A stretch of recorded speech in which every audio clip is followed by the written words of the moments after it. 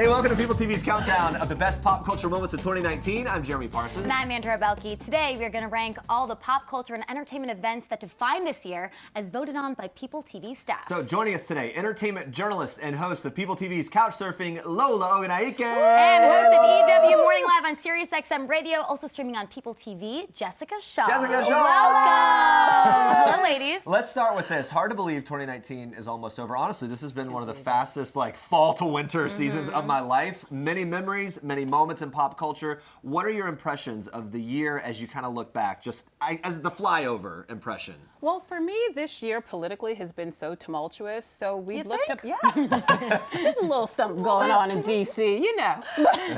So we've looked to pop culture as like a necessary escapism, don't you think, Jessica? Yeah, absolutely. Yeah. But I feel like it's been a weird pop culture year because in some ways it's the end of an era. I mean, we're ending the Star Wars trilogy. We ended Thrones. We ended this phase of the MCU with Avengers. Even on TV, Big Bang Theory, like these long-running juggernauts are now over. I do feel like there's this sense of, like you were saying, this need to run to pop culture things in a way that we haven't experienced it before, just to escape the chaos a bit. And so for that reason, I feel like we're clinging to it more, and I'm more emotional about it. Maybe it's the endings, the nostalgia. I get very nostalgic about like last episodes, last movies, last sort of closing events. Well, yeah, for me, everything this year more than ever before is online. So if there's a moment, you see it on Twitter, on social media, on Instagram. Everything is memed, everything is tweeted about. There's a lot of backlash. So it's been interesting, kind of breaking all of that down. But that's what's made it so cool, because the internet, as we know, is now our water cooler. And because we need so much community now, and we need so much levity, and we need to laugh,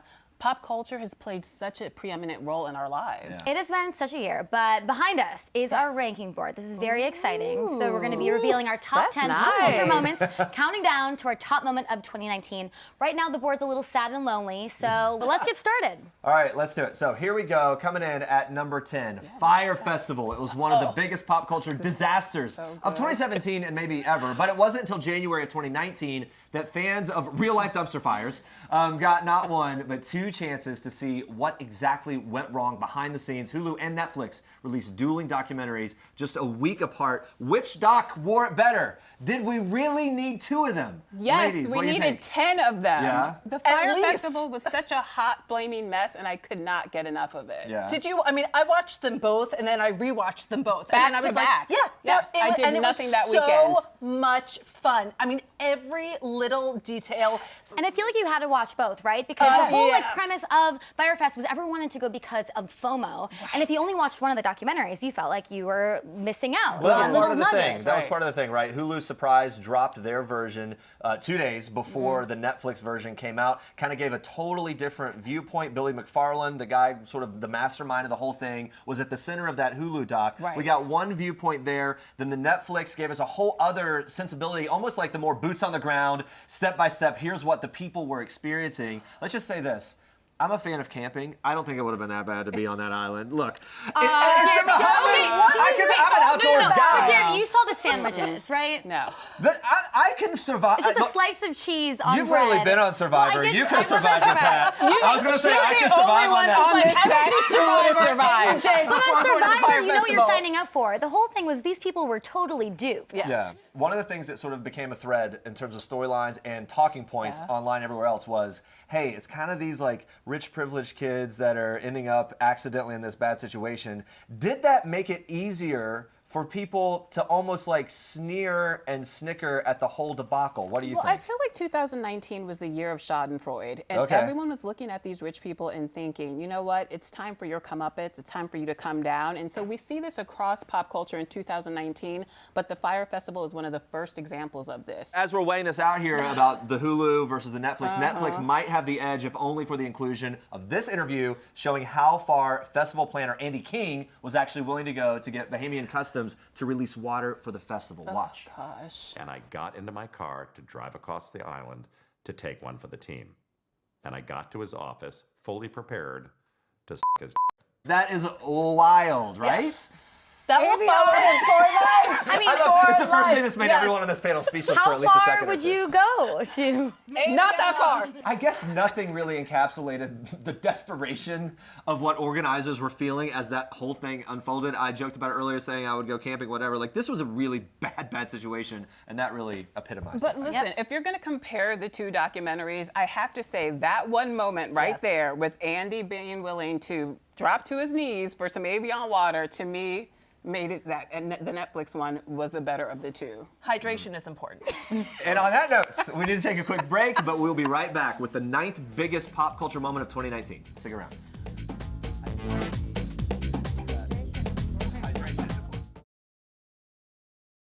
All right, welcome back to People TV's countdown of the 10 biggest pop culture moments of 2019.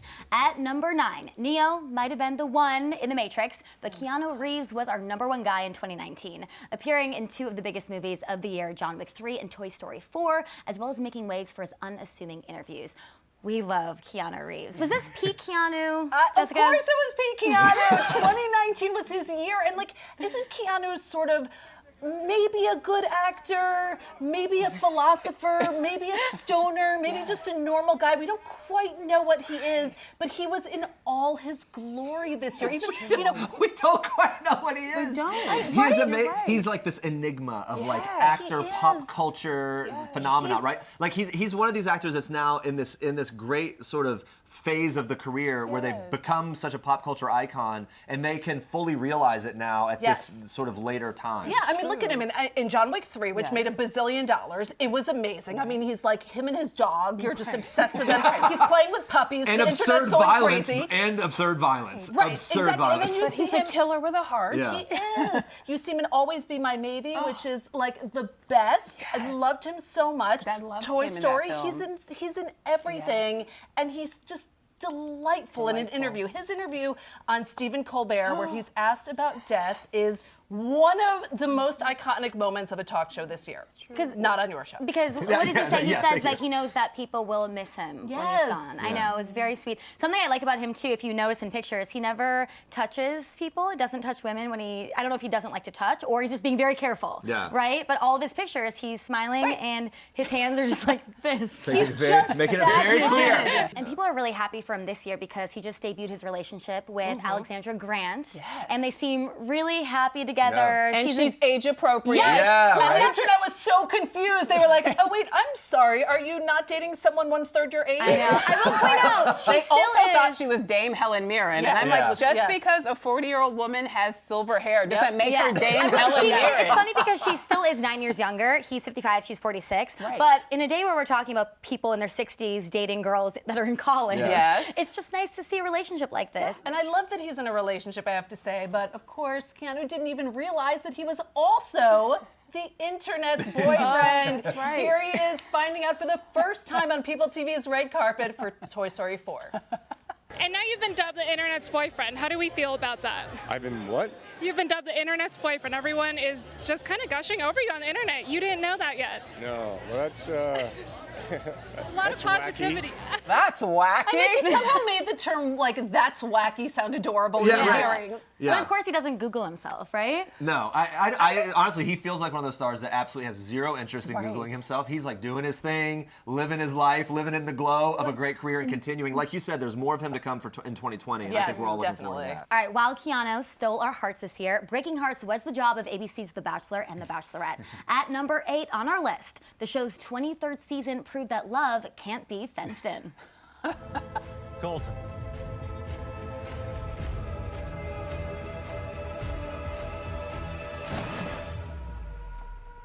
He just jumped the fence.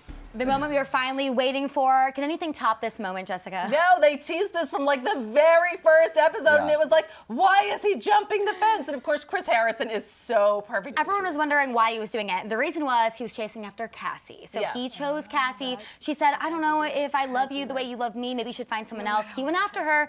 He jumped that fence, and he actually won her back, which I thought was a little controversial because when a woman says, no, I don't want this, are you supposed to chase after her? But for him, it works. Yeah, I guess like if you're the Bachelor, Yeah, in the context of The Bachelor, I think all rules are kind of off. true, It's right? like this strange, bizarre world. We saw back-to-back drama. Hannah's season of The Bachelorette followed Colton's, and People magazine played a pivotal role in revealing a huge lie behind the scenes. So take a look at this.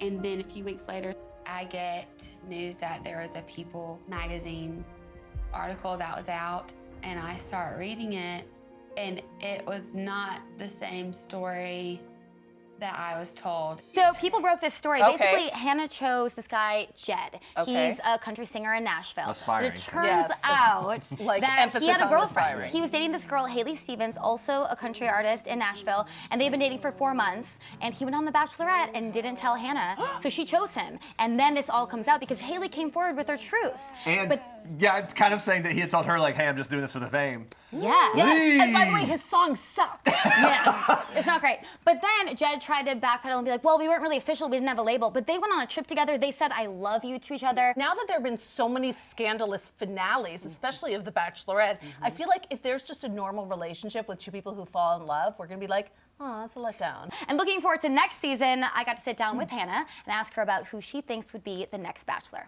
If you had to choose between Peter the Pilot for next Bachelor or Big Mike, who are you going with? That's so hard because they're totally different, and it would be totally different seasons. But I know that Peter was able to be really vulnerable with his emotions and really, really love me. What do you think of Peter the Pilot being the next Bachelor? Fine. He's handsome. He's a little boring. Okay, like- Windmill Gate. That Having took him sex in to a the windmill next level. 4 times is boring. I'm sure that was super fun. that happened? Oh yeah, total Wait, windmill Lola, we got sex. some- Like need some so catching up much to windmill do. sex, and you can rent the windmill on Airbnb. All right, well, you can. Yes, we That's totally insane. can. All right, stay tuned to People TV's top pop culture moments of 2019. We'll be right back with number 7.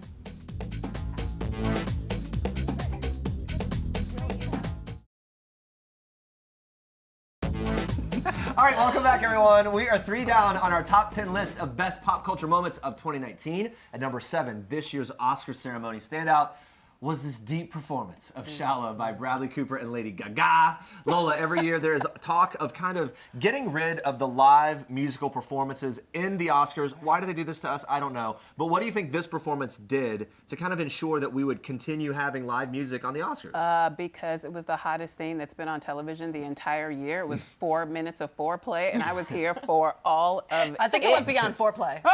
Let me tell you something. It really is something to see, and especially we were just earlier talking about The Bachelor, The Bachelorette, and how this is all about love in reality TV. That moment seems so genuine, even in a world that's saturated by, you know, reality romance. That seems so genuine between two people. It was I electric. feel like we all collectively lit a cigarette after. I gasped. I'm like, oh, they're gonna kiss, they're gonna kiss, they're gonna kiss.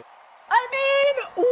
Looking back, it's a little cornier than I remembered, though. little cornier in the flashback, but at the moment we were absolutely in. Fully in. Oh my God! And it was just like Twitter was like going crazy. Like, what is happening? Okay, but honestly, do you think there was something going on between them? No, I actually don't. I No. believe Gaga when she says that, listen, I'm an actress, Bradley's an actor, he's an Oscar-nominated actor and director. What we did on there was not the real deal, but let's hear from Gaga from her own words. People saw love, and guess what? That's what we wanted you to see. Yes. You know, I mean, this is a love song, Shallow. I'm an artist, and I guess we did a good job, and fooled ya. I know, yeah. You did a very They good clearly loved each other Yes. very much. I agree with you. I don't think that there was necessarily anything going on between them. I think there was a real soul connection. Right. I think he directed her in a performance, in an Oscar-worthy performance. What you saw there was, I think, more of an outpouring of gratitude. Yeah. This one person, as she said on every red carpet leading up to that film. Every single if one. One person in a believes in room, you. 99, whatever. Bradley Cooper was the one person who believed in her, and there on that stage, you just saw gushing gratitude. Yeah. Anyone that follows Gaga and her music knows she is passionate. She's able to be authentic. That's why she attracts her audience so much. She is truly who she is, and she knows how to kind of tap into that in a way that I think a lot of entertainers don't necessarily know how to do. And when it came to acting and then this live performance, that's her wheelhouse, to be on a stage in front of an audience and put it out there in the most real way possible. All right, while for some moviegoers, Gaga and Cooper were a great team up, for others, the ultimate team up was literally every single character in the Marvel Cinematic Universe. That is right, number 6 on our list is Avengers Endgame. Jessica, I mean, it's actually hard to overstate what an epic moment this was. For you, though, think about this, 10 years ago or so, would you have imagined that this moment would come when you think about that first Iron Man movie coming out? Back in 2008, Iron Man was just this he was a cool character, but he wasn't, it wasn't this massive thing. It wasn't like Spidey or Superman or Batman. And Robert Downey Jr. turned in this performance that really launched the MCU, the Marvel Cinematic Universe, on a whole other path. It was huge. I have to say, with this movie, which, I mean, there are 22 Marvel movies now in this phase that is now over, they managed to give 8 bazillion characters their own time, which was pretty amazing when you think about how much they had to pack into this movie, which is under 3 hours. By like a second, but they managed to really give everyone a storyline, an emotional storyline, and an action storyline. Yeah. And I really like that the writers also listened to crew members. I thought this was a really cool story. So the scene where Black Widow, spoiler alert, I mean, by now, hopefully you've seen it. Time to see it. Black Widow goes off the cliff. The writers actually wrote another scene where Hawkeye was the person going off the cliff, and they actually asked the female crew members who they thought should go off the cliff, and the female crew member said, no, give this to Black Widow.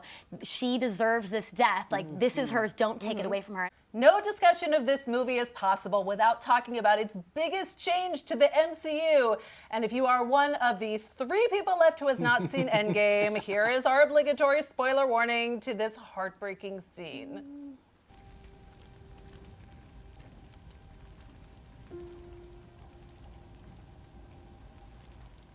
Ugly tears! Ugly tears! I mean, just crying. I'm guessing you were satisfied with this ending. Oh my God, of course, it was devastating. I was like, why am I crying at a Marvel movie? This is so emotional. No, but that's honestly, it's funny to say, but truly, these movies do have the full range of emotion. They give you chills for the excitement, they give you chills for like the trauma, the drama, the death, all of that. And just watching the evolution of that one character going from being this brash, annoying billionaire to this person who is willing to sacrifice it all to save the world. And just a Incredible. mentor to Spidey, and like he was so great, and he went out in the best way possible. We know that Robert Downey Jr. also ad-libbed that now legendary line. I feel like one of the most iconic lines in film history. I mean, it was one of the great, great moments.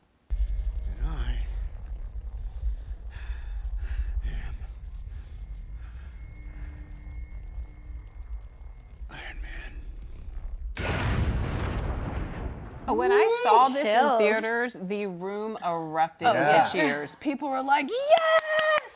And it was one of those moments where you're like, this is why I go to the movies. How could Scorsese criticize a movie genre that has given us such incredible discussion here today? All right, when we come back, our top 5 pop culture moments of the year.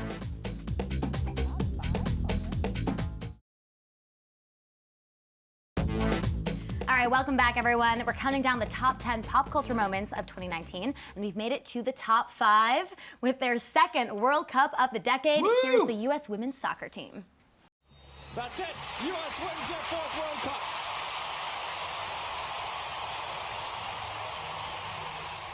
This was such an uplifting Don't you moment have for goosebumps? everyone. I know, I'm covered in goosebumps. Yeah, so besides the big win, why was this such a special moment, especially for people to rally behind this team, Lola? Because they were winners on the field and off the field. They were fighters on the field and off the field. These women are true examples of what it means to live your life as a hero. Not to be a hero in a moment, but to live your life as a hero.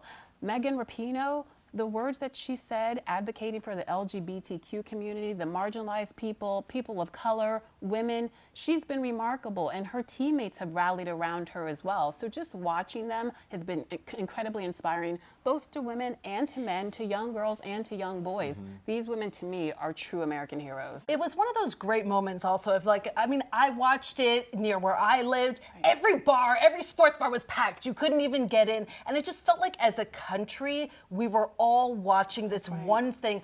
I felt so proud to be American, which I think a lot of people have conflicted feelings. Like you talked about, it's a tumultuous time in our country right now.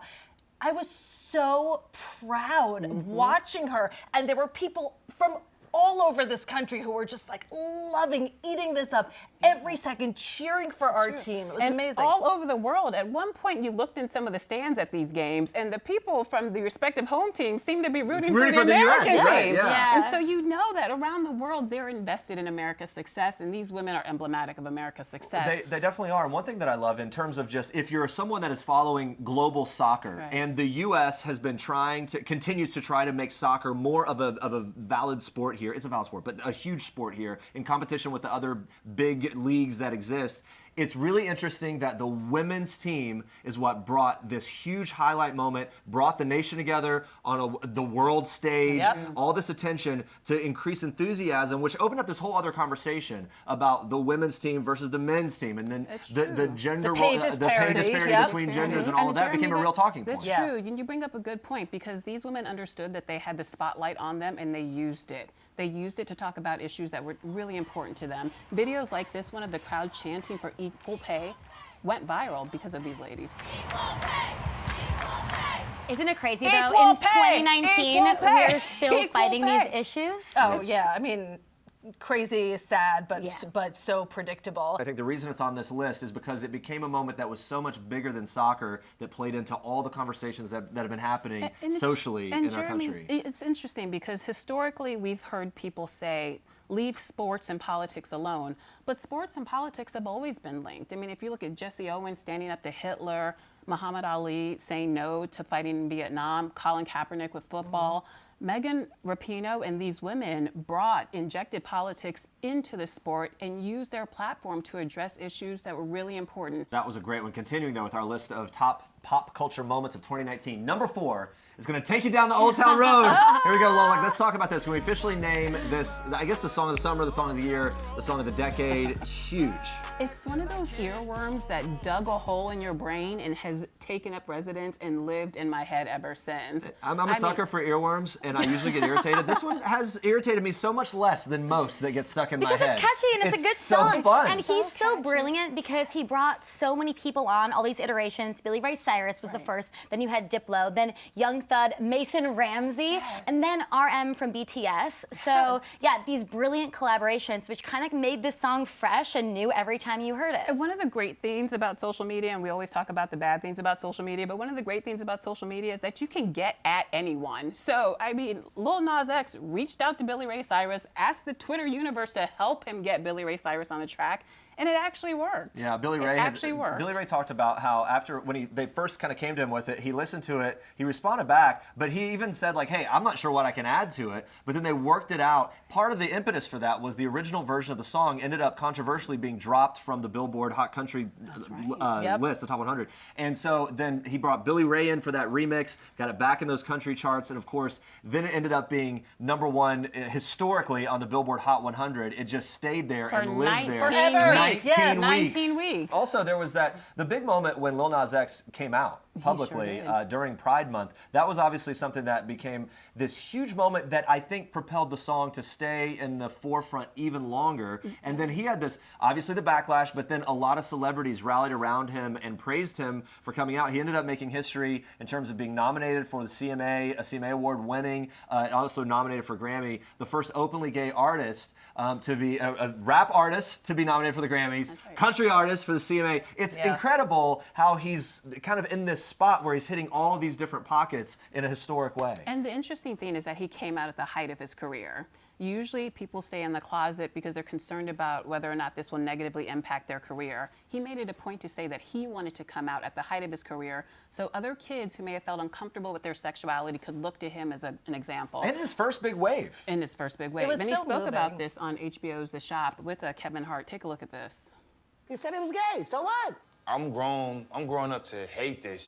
I'm not supposed to ever hate like what? this. Hate what? Hate what? Homosexuality, gay Why? people. Come on now. Why are you going to If hate you're really it? from the hood, you know. Yeah, so that really, it kind of took that conversation And look, it created these opportunities for a lot of people to join in on it in terms of moving the needle for a lot of communities. It's true. And one of the great things, again, about pop culture is that you can use a song that seems frivolous on the surface to get you to a point where you're talking about something so substantial and meaningful. It's wonderful. Yeah. I just love that he tweeted, "Deadass, I thought it was obvious." Well, I mean, that lime green outfit he wore to the American Music Awards, I was like, boo.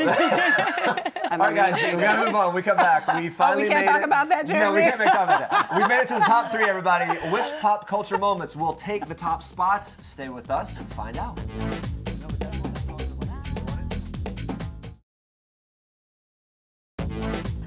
Welcome back to the show. 2019 was a banner year for the royal family, but there was one event that took the crown for our list of top pop culture moments. At number 3, the birth of Archie Harrison Mountbatten Windsor. Meghan and myself had a baby boy early this morning, a very healthy boy. I'm so incredibly proud of my wife. And as every father and parent would ever say, you know, your baby is absolutely amazing, but this little thing is absolutely to die for. So I'm just over the moon. So baby Archie arrived May 6th, 2019. Taurus, just like me. There you go. We're going to share a lot of the same personality traits. What did you think of the name, first of all? Because it was surprising. I loved it. I mean, there were all these people like, what kind of royal name is it going to be? And there were like odds makers in Vegas. I love the name Archie. I was confused because I thought that Archie was a nickname, like a shortened name for Archibald, right? And they were like, absolutely not. So it would be like naming your child Frankie or naming your child Tommy. Yeah. Archie. Yeah, people were betting Archie's on his it. legal name. We talked about this a lot. Well, I'll just say this. I did not like it at the beginning. Oh. No, I didn't. It came. I was like, what were they thinking? Was this like a celebrity moment of like going off the rails with some name?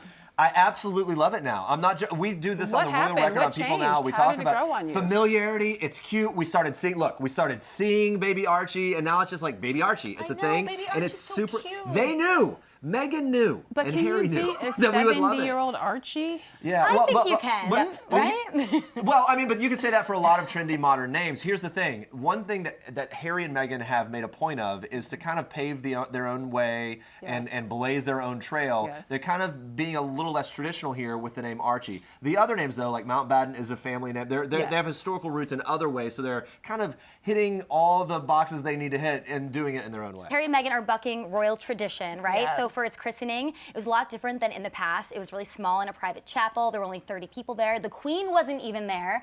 And a lot of the people, the taxpayers, weren't really allowed to see into this. And that's caused quite the stir. Because, And we know that Harry bucked tradition marrying Meghan. I mean, she was a divorcee, she was an actress, she was a commoner, she was half black. So, I mean, he bucked all the tradition when he brought her home. We know exactly what we're going to get so often with the royal family, and there's like something a little different with the two of them. Yeah. I know, but I something hate a that lot she's getting so different. much backlash and negative press in the UK. I feel like it's very unfair, right? Yeah, well, the British press is crazy, and Harry has come out and defended Meghan and been like, stop being mean to my wife. Yes. Well, Harry's done that. Or I'll move to South Africa. Oh, yeah, right, Yeah. right. Well, I think they are doing, in some ways, it's kind of like you feel for them because they, in some ways, are going over and beyond to be out there, be front-facing for the public. They do their moments. Also on social media, they've been very active, more so than royals in the past. They even announced, the birth announcement, that something was up on social media, They on Instagram announced it first. on Instagram. Before the sort of scroll was put out for the public. So I think they are making efforts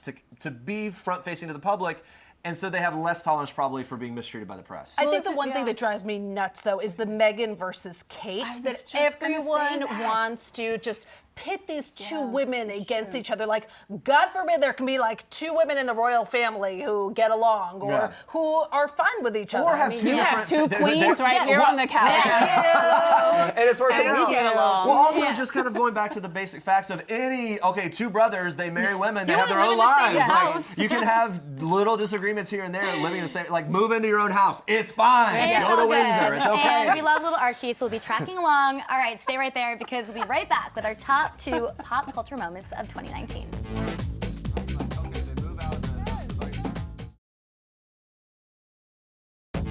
Hey everyone, we are almost at the end of our list of top pop culture moments of 2019, but before we reveal number 1, our second biggest pop culture moment has left a dragon-sized hole in our hearts. The end of Game of Thrones. Take a moment of silence. There it is.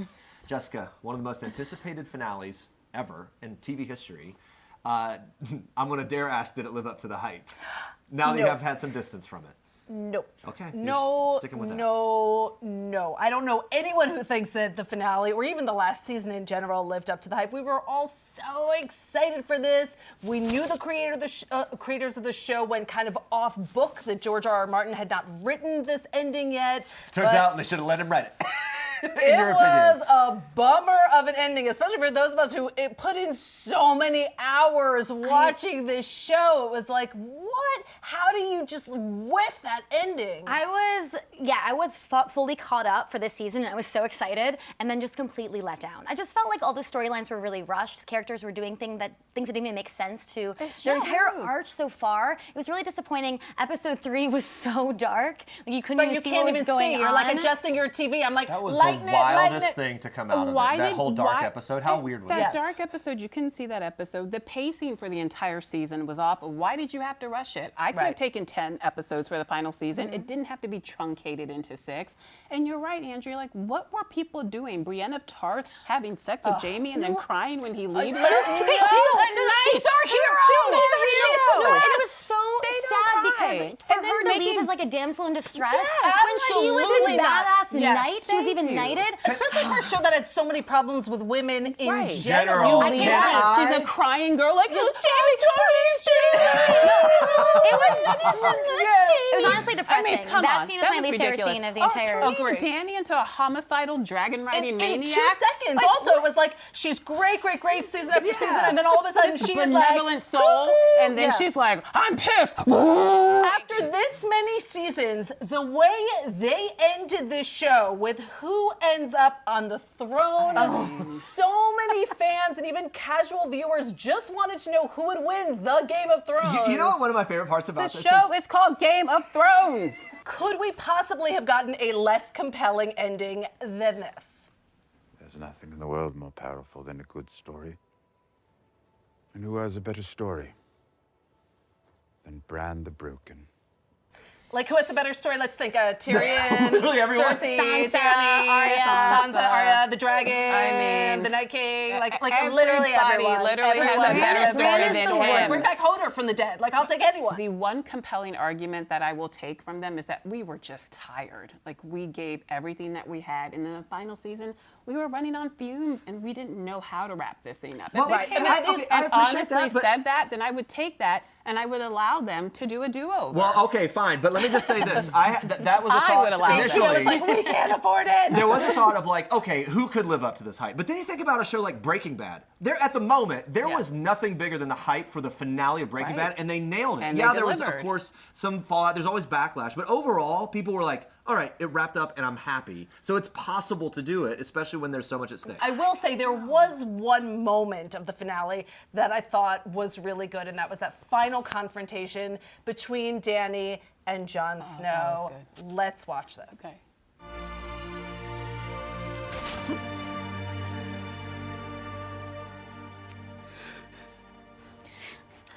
I don't know. I don't even. Kills her. I know. But I wasn't even a big fan of Jon Snow. I mean, he should have stayed dead back in the day. Oh, that's a hot take coming in. So I wasn't the biggest fan of that scene. But It's a great moment. And I really do love that moment. It just wasn't earned as much. Like, it was a moment, a standalone moment that was great. But God, if we had just seen Dany go just like 10% more cuckoo in the earlier seasons, it would have worked so much better. Yeah. Also, the idea that Dany would not see that coming is also deeply problematic for me. I mean, she had spent the entire season being this cunning woman, and all of a sudden, when your lover nephew rolls up on you and gives you a long, lingering kiss like that, you don't think she would have seen a knife coming? Well, she didn't see a Starbucks cup coming. Oh, yeah, because we all went nuts. All of a sudden, you're watching an episode of Game of Thrones, and that infamous moment, the Starbucks cup on the table. And that's why it just seems unfair to the fans, because how did this get past a bunch of eyes? I think they did it on purpose. Well, the thing specific, that specific incident, maybe whatever, but it indicated to fans, oh, they're phoning it in. right? I think that, they and then did there that was the on water purpose. bottles. Or they were like, you know what, the plots are so bad this season, let's just like throw everyone off with like a water bottle and a Starbucks Give them cup. something else to talk about to keep us relevant. Talking points. I think that was product placement. I think they did it on purpose. I don't think so. It completely ruined it. No, it took us No, out. I genuinely believe that because you know that there are people whose entire job is to make sure there's continuity, and the fact that a Starbucks cup made it into that episode, They were like, all no, right, no, guys. no, no, no. We don't phoned buy in. it. All right, now time for the this one. same way I don't buy that ending with Danny. Nobody's being going to be happy about stabbed. this one. All right, we're going to be right back with our very top #1 moments of 2019. Stick around.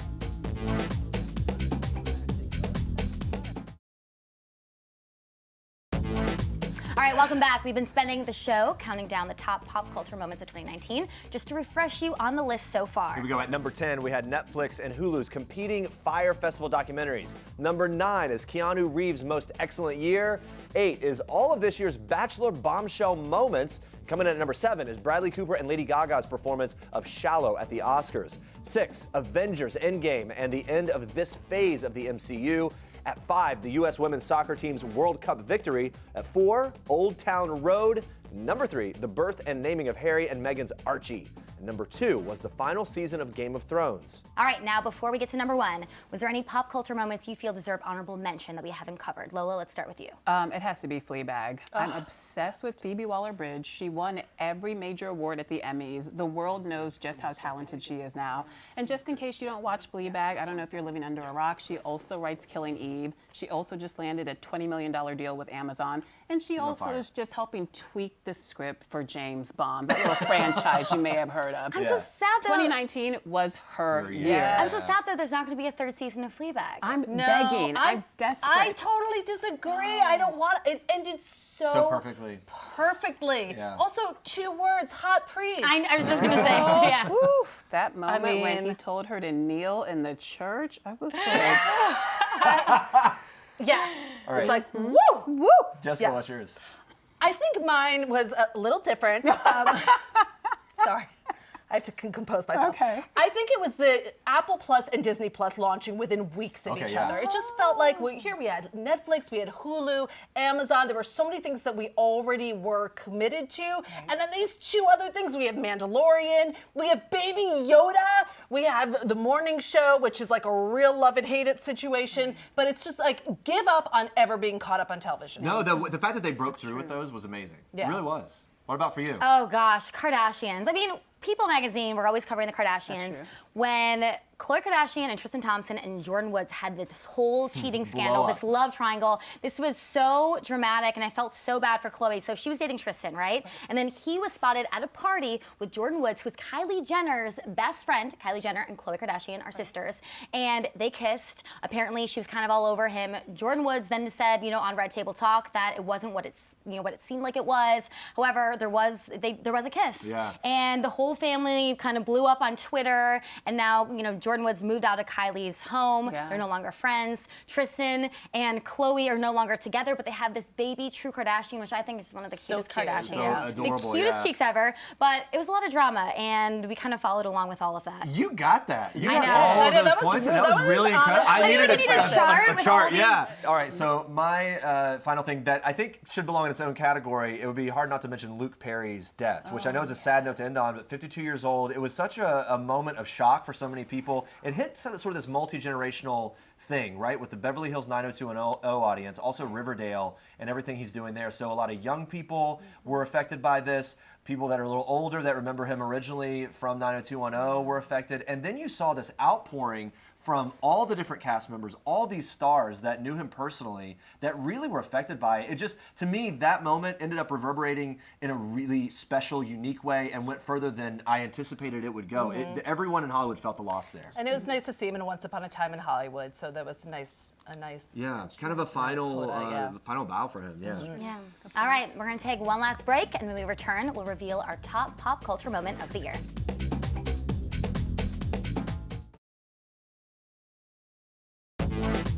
Welcome back. It's been a difficult bunch to pare down this year, but there was one pop culture moment that topped most of our staff's list this year. On March 12th, 2019, federal prosecutors charged 50 people, including beloved celebrities like Lori Loughlin and Felicity Huffman, with using money to influence admissions at top universities in an operation that was nicknamed Varsity Blues. The scandal that ensued has resulted in our biggest pop culture moment of 2019. So why this story? What about seeing the rich and famous exposed like this has really grabbed all of our attention? I'll start it by saying I think Lori Loughlin in many ways was the most unlikely suspect, right? Literally so beloved from Full House and Fuller House and then everything else she's doing with these feel-good movies and things. That for me was the biggest shocker. No one could believe that Aunt Becky was involved in something so slimy and nefarious. Dubious and nefarious. Yeah. Exactly. I love that word. Allegedly. Yes. Well, allegedly.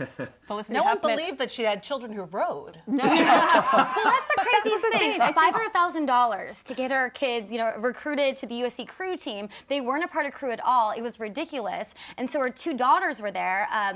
Olivia Jade and Bella. And the funniest thing was that, they both were kind of bloggers. And I think it was Olivia Jade had YouTube videos where she said, yeah, I don't know how much school I'm actually going to go to. Which then, in light of all this, that became a real moment of people having backlash over that. Look, you got in, apparently, allegedly, from cheating, or your parents cheated for you, and then you're not even grateful for the opportunity to be at such a great school. And I think, Jeremy, you hit it on the head. What made this scandal one that really blew up is that it was one that we could all understand. It was so egregious, and the rules were so flouted. Everyone was invested in this. You lied and said your kids rode. You paid people $500,000 to get your kid into this school. We can all agree that that's wrong. Allegedly. Given all the political, Allegedly. given all the political scandals that have gone on over the course of this year, we can't quite put our finger on what happened, what exactly happened. People are very clear about what happened here, and a number of people have already pled guilty. The only one who hasn't pled guilty yet, who of note, is Lori. Yeah, I mean, Felicity Huffman, she pled guilty. She owned it immediately. She was like, she served 10 time. grand. She served time. She got out early, which is like, okay. Celebrity is like... It was already a short sentence. Yeah, You got early there. Good behavior in 10 days. But and seeing she's her in the serving like prison 250. garb, I mean, that was the pictures emerging from jail of her in that prison uniform, not good. Well, you know what? We were saying this about Felicity Huffman. She's going to basically be wrapped up with this whole thing and moving on by the time this whole process kind of engages for Lori Loughlin and Massimo Giannulli. There's so much at stake there. Another sentence has already come down for someone else involved in this, and it was the most intense sentence yet with prison time, and it was a very similar charge to what they are being charged with. Again, because they've upped the charges Because they've now. upped the charge, they've even added a new one, and we've heard from people surrounding them that new charge, the newest one, really took a blow to their sense of their emotional well-being, and it really feels like it's weighing heavy on them. We actually recently spoke with Lori Loughlin's Fuller House co-star Andrea Barber about Lori's absence from that final season of Fuller House and how she's doing now. Take a look. It was really sad, and we could feel her absence, and it just felt like there was a hole in the whole season, but also in that final episode, she should have been there, and I'm sorry that she wasn't. Do you know how she's doing now? Have you talked recently? I have, and she's doing great. She's doing as good as possible, and yeah. Sources have said that they're not doing the best right now. They're really stressed right now. I'm curious, do you think that Felicity Huffman or Lori Loughlin will ever work again as actresses? Felicity will. You think so? I definitely think I so agree with because you. she owned it. First of all, it was just 10,000, not that 15. or 15,000. But it wasn't $500,000. Right. And it was only one daughter, not two. Right. Yeah. And she said, I did this. I'm sorry. I'm serving my time, and I think she'll be forgiven. Also, the way she handled all the ancillary events. She wasn't signing autographs in front of the courtroom like Lori. She wasn't going on some media tour like Lori. I mean, Felicity kept her head down, got into court early, pled guilty, served her time, and got out. And she wants to move on with her life, and I think people will allow her to do that. Maybe that initial phase for Lori was sort of hey, just keep a positive outlook. It's sort of creating this image that she wasn't sure how severe the things were. And I think she's even been quoted as saying that she didn't realize the severity of what was happening. And a lot of people have sort of, at least in casual conversations, likened this to, oh, why didn't you just donate to build a new student union? Things like that happen all the time. So it's a whole other thread of this story that a lot of people could relate to. People make donations to universities and through different channels all the time, and it seems like that would have been a better way to go about this. What do you think? I don't know. But the thing that's so interesting about this story is that for all the people out there who feel like the game is rigged against people who aren't rich, and they feel like there's two justice systems, one for the rich and one for the rest of us, looking at this scandal makes people think, oh, there may be some validity to that idea. There may be some validity to the argument that the wealthy can get away with murder and the rest of us would have to do time for things that are significantly smaller in the grand scheme of things. Yeah, obviously this was way more about the parents than the kids. A lot of the kids didn't even know what was going on. It really shows how much the hoops they'll jump through to get their kids in these prestigious schools. There's nothing wrong with a state school, all right? That's you true. can But get also, into the school if that you go to. you've never been in a boat before and you're out in the middle of a park in a canoe for a photo shoot, you knew what was going on, Junior. Exactly. You knew. Yeah, you know who shouldn't do a photo shoot to get into college? Everyone else. Those daughters might have known. Yeah, come on. We'll see what happens. That actually is going to be the thing that so many people are going to be watching for in the coming weeks, the coming months, so we'll keep you posted. All right, we've covered a lot of ground. Ladies, thank you for helping us count down our top 10 moments of 2019. Lola Oganaike, Jessica Shaw, good to see you. I'm Andrew Belke. And I'm Jerry Parsons. On to 2020, everybody. Yay! Woo!